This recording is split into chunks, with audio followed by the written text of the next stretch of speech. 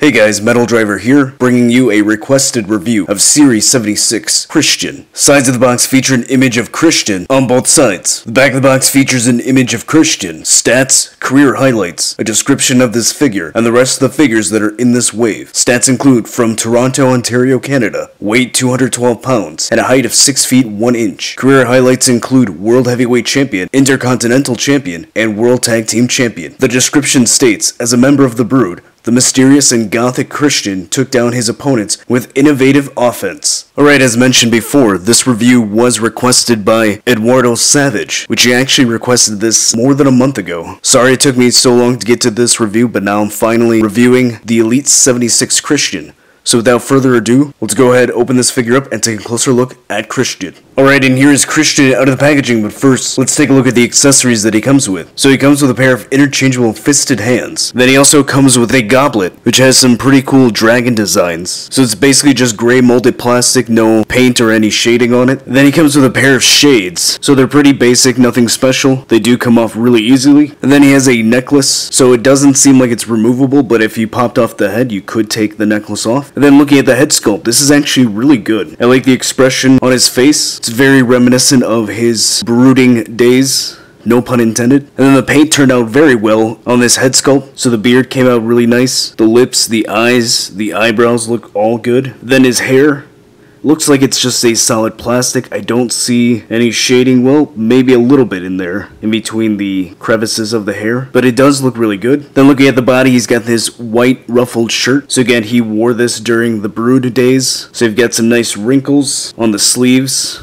So it's not just a solid white piece of plastic. And I don't think there's any shading. I'm pretty sure it's just white plastic. However, due to the sculpting of the wrinkles, it does mimic the look of shading. Then the cuffs of the sleeves are also wrinkled. Then looking at the front of the shirt, you've got the ruffles going down in front, so that looks pretty good. Then looking at the back, you can see some more wrinkles. Again, it doesn't look like there's any extra paint on here.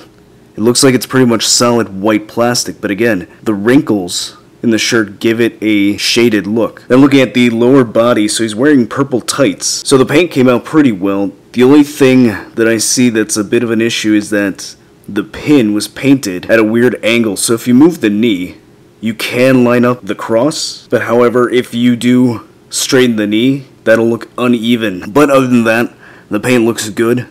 And looking at the other side, paint looks good as well. The line work here on the pin, it's a little straighter, so that's good. And then, looking at the legs of the tights, you see there's this added black paint, so it looks like maybe it's a black wash. So it does give it some added detail on the tights, so that does look really good. Then looking at the boots, they're just solid black boots that we've seen many times before. No extra paint there. Alright, going over articulation, the head is on a ball joint, which does not go high up at all due to the plastic of the hair. And he can look a little bit down, so that's actually pretty good. So the hair in front does not hinder that articulation. His head can twist side to side, and it can tilt a little. There's a hinge at the shoulder, which allows it to go that high up. It can rotate all the way around. There's a bicep swivel. Single jointed elbow, which gives us 90 degrees. There's a swivel at the wrist, and there is a hinge. However, the cuffs on the sleeves do hinder the articulation. The figure does have an ab crunch, so he can go that far down and that far back. So the plastic shirt does limit the range of motion. However, there is still a crunch there. And then there is a waist swivel, and there's a ball joint at the hips, which allow it to go that far out, which isn't too bad. You do see that the shirt, again, limits a bit of the range of motion. The leg can go that high up, which is pretty good. There's a cut at the thigh.